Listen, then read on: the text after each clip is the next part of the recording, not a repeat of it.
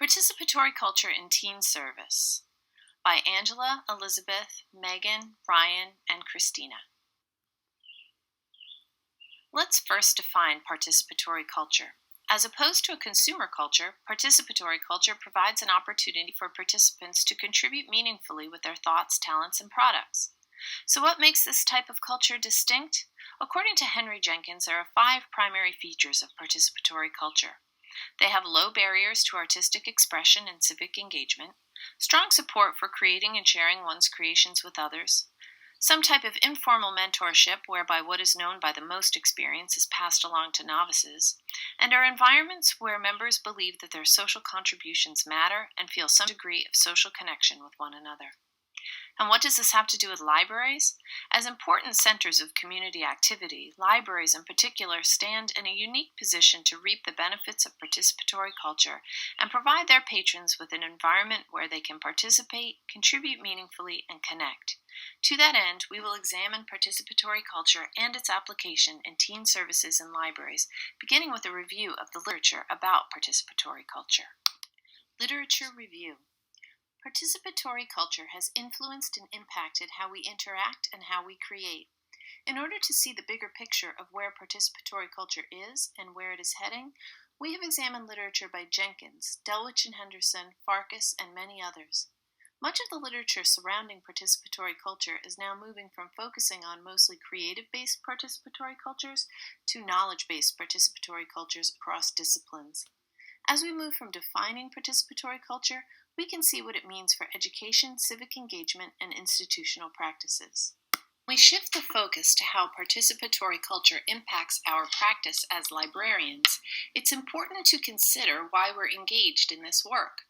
How do we transform the passive patron to collaborative partner?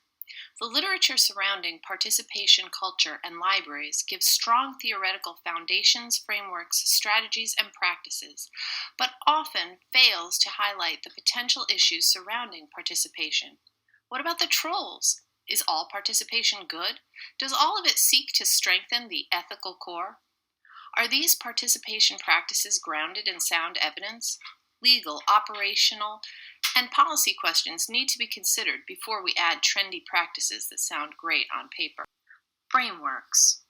Institutional practices within libraries, archives, museums, and education are changing significantly with the development of digital technologies. McShane, 2011.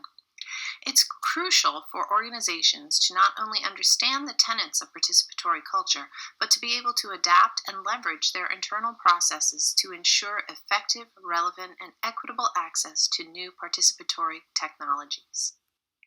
The influence of participatory culture on museums has been transformative.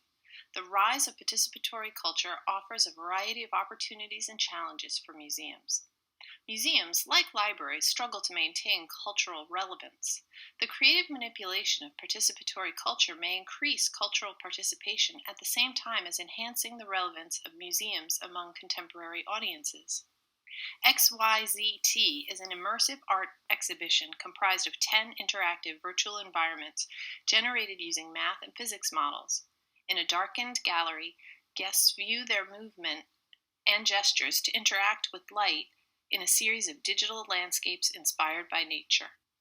Participatory archiving describes a shift in focus within archival work from a focus on preservation to a focus on use. Archivists can advocate for participation via user contributions through the thoughtful encouragement of participation. Soliciting community involvement may not only strengthen collections, but also increase the perceived value of archival studies. An example of this is the Digital Repository of Ireland's Inspiring Ireland 1916 project. The project solicited community involvement through a series of public memorabilia collection days. The archive is now accessible online for public consumption. The emergence of social media, YouTube, and video creation technologies has allowed musicians to expand their networks, audiences, and communities through digital creation. Understanding the characteristics of informal learning pedagogies as they relate to participatory culture will afford music educators the opportunity to facilitate informal music learning. The GAHU Project is a racial justice music initiative aimed at bringing local youth, professional artists, and arts organizations together to explore and discover the music of Ghana and engage in participatory music making through a performance of GAHU. GAHU is a recreational and social dance music of the Yu people of Ghana, which combines drumming, dancing, and singing. Strategies. What are some of the concrete strategies libraries can use to promote participatory culture in teen service programming, space, and staffing? The goal of programming is participation, but not simple attendance numbers. According to Velasquez, participation must mean that teens have a decision-making role in planning and responsibility for the end product. For teen service, the planning is the product. The new literacies described by Jenkins in Confronting the Challenges of Participatory Culture, Media Education for the 21st Century, include the same types of 21st century skills Velasquez describes as benefits for teens when planning becomes the program. In addition to the 21st century skills that teens gain, society also wins when teens are partners in programming. Youth-led, adult-supported programs like the Youth Activism Project and Schoolgirls Unite promote positive social change. Wendy Lesko offers engaging youth through individual interactions and honesty and authenticity as strategies for empowering teens. Space. The Nordic four-space model offers space for experience, involvement, empowerment, and innovation.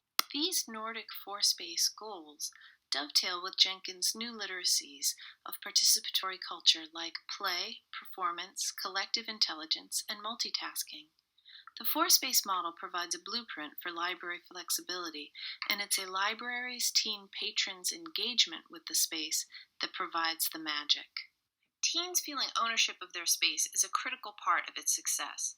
According to Karen Boland, other key success factors for teen spaces include making teen voice and engagement a priority, as well as a regular practice throughout the planning, design, implementation, maintenance, and marketing of the space and teen-related library services. Staff. Building genuine relationships with teens as individuals is probably the most important strategy in teen service. According to Velasquez, in a participatory culture context, staff strategies include being more of a facilitator and activator than a benevolent grantor of opportunity. Roles for teen service librarians who seek to empower teens include advocate, interpreter, public defender, counselor, mentor, role model, and resource for colleagues. Examples from public libraries. This section uses the typology of participatory libraries as outlined by Hevengard Rasmussen as a framework for looking at examples from public libraries around the U.S. Volunteers, interactive displays, workshops, co-creation, user-driven innovation, and book groups are 6 avenues to supporting a culture of participation. We will explore examples of how volunteers, workshops, and user-driven innovation are being used in 3 different library systems to foster a feeling of community for teen users. Volunteerism is a key component to building participatory libraries. Teen volunteers are partners with the library and can partake in the creation of programs, which gives them a sense of ownership. Volunteers can also be a low-cost tool in creating a participatory library culture. The New York Public Library has a robust volunteer program that allows teens ages 14 and up to participate more actively in their library communities. Jenkins identifies several new literacy skills that should be taught to youth in order to have a healthy participatory culture. Workshops, such as the ones that the Free Library of Philadelphia has emphasized this summer, help kids and teens develop these skills. Drama workshops encourage performance skills. Robotics workshops increase simulation, multitasking, and play skill sets. Libraries around the world are offering programs, workshops, and informal maker spaces that develop these skills and close the participation gap, which may keep some youth from effectively engaging in participatory library or greater culture. An excellent example of co-creation are the U Media Labs that exist in 19 Chicago Public Library branches. They provide a defined space for teens to hang out and interact with many technologies that aid in creation and innovation. There are libraries all over the world that are already employing methods that lead to more participatory libraries. These are just a few of the examples of how institutions can intentionally introduce activities and spaces that support the creation of a participatory library. Teen services in libraries stand to benefit greatly from the rewarding exchanges and opportunities provided by developing a thriving participatory culture. As we've explored, participatory cultures in libraries offer chances for teens to contribute meaningfully to the community by creating, sharing, connecting, and collaborating both with their peers and with mentor figures. This participatory culture can spread throughout the entire library experience, as explored in some of the aforementioned examples. As Jenkins said, everyone involved in preparing young people to go out into the world has contributions to make in helping students acquire the skills they need to become full participants in our society. Teen services in libraries, then, should look to foster participatory culture that can help teen patrons in their journey toward a lifelong participation in meaningful exchanges with those around them.